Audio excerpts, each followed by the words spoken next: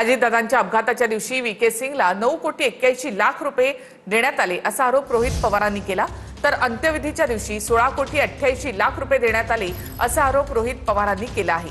अपघाताच्या तारखेपासून आतापर्यंत व्हीएसआरला 145 कोटी मिळाल्याच्या रोहित पवारांच्या आरोपामुळे खळबळ माजली आहे।